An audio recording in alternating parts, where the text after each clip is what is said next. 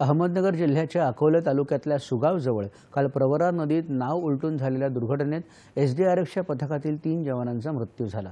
हे तीनही जवान धुळे इथल्या राज्य आपत्ती प्रतिसाद दलाच्या तुकडीतले होते।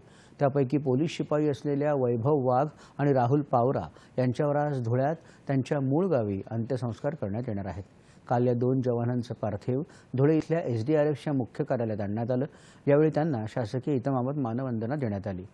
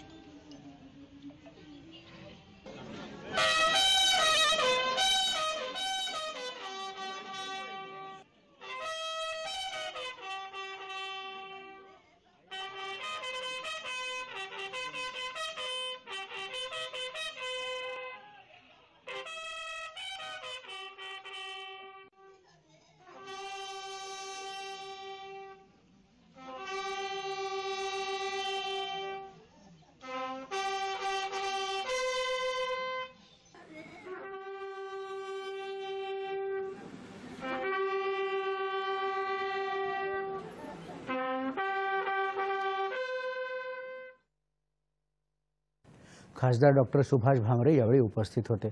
प्रवरा नदीत सुगावजवळ बुधवारी दुपारी पोहण्यासाठी गेलेल्या दोघांचा मृत्यू झाला।